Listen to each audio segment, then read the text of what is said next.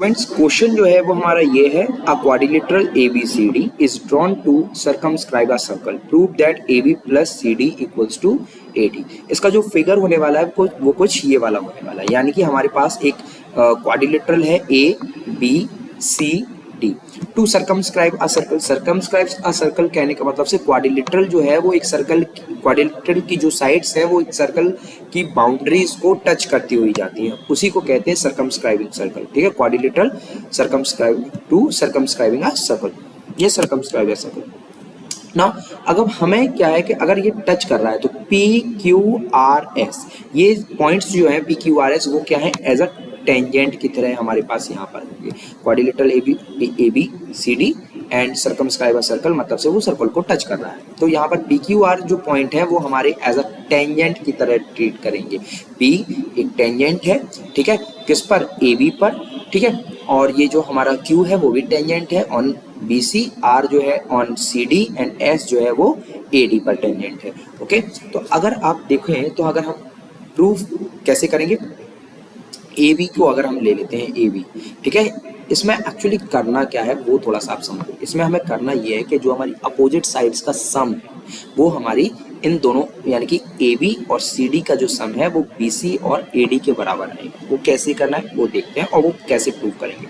तो ध्यान से देखो, AB is made up of two segment. AB जो लाइन दिख रही है आपको ये वाली जो, वो दो सेगमेंट में डिवाइड हो रही है। कैसा, AP में हो रही है और BP में हो रही है।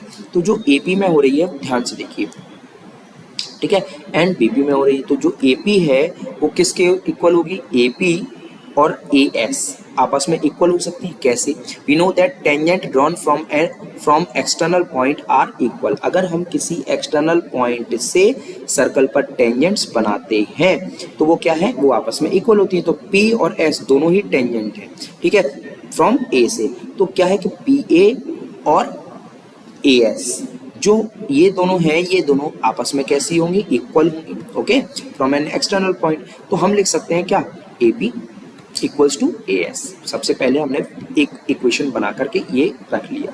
नाउ इसके बाद अगर हम देखें तो जो दूसरा सेगमेंट हमारा जो बना हुआ है क्या, BP इक्वल्स टू BQ, तो हमने वो भी लिख दिया, BP या PB एक ही बात है, BP या PB equals to BQ। Okay, now अगर ये दोनों हो गए, अगर हम इसके अपोजिट वाली साइड को लें, अभी हमने किसको लिया था, AB को लिया था, अब इसके अपोजिट साइड कौन सी है, हमारी CD।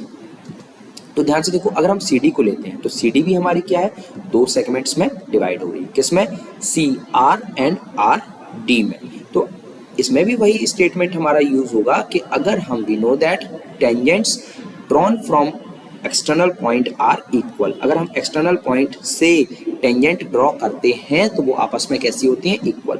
तो CR जो है वो किसके इक्वल आएगा, CQ के इक्वल आएगा। तो मैंने लिखा CR equals to CQ and RD जो है वो किसके इक्वल आएगा, वो हमारा DS के इक्वल आएगा। इसमें आपको एक चीज़ याद रखना है कि अपोजिट साइड्स, जब आप ये इक्वेशन 4 बना रहे होंगे तो आपको अपोजिट साइड्स जो है वो LHS साइड रखना है, और जो अपोजिट ये हमारे पास DA और BC होने वाला है वो RHS साइड रखना है। डन।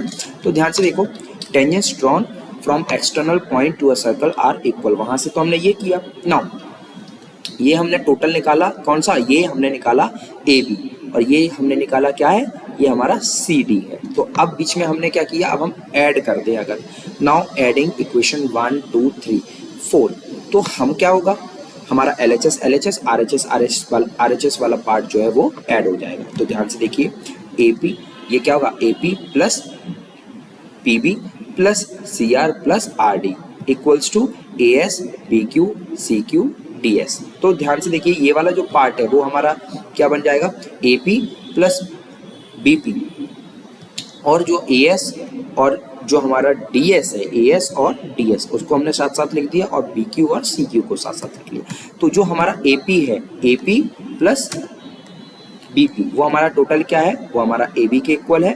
और जो हमारा, ध्यान से देखिए क्या है हमारा, अगर देखा जाए तो हमारा CR प्लस RD जो है वो हमारा कितना, CD के इक्वल है। यहाँ देखा जाए अगर हमारा AS और DS वो हमारा क्या, AD के इक्वल है, और BQ प्लस CQ को अगर देखा जाए तो वो हमारा किसके इक्वल है, वो हमारा BC के इक्वल है। तो यहाँ पर हमने क्या किया, ये हमारा प्रूफ हो जाता है।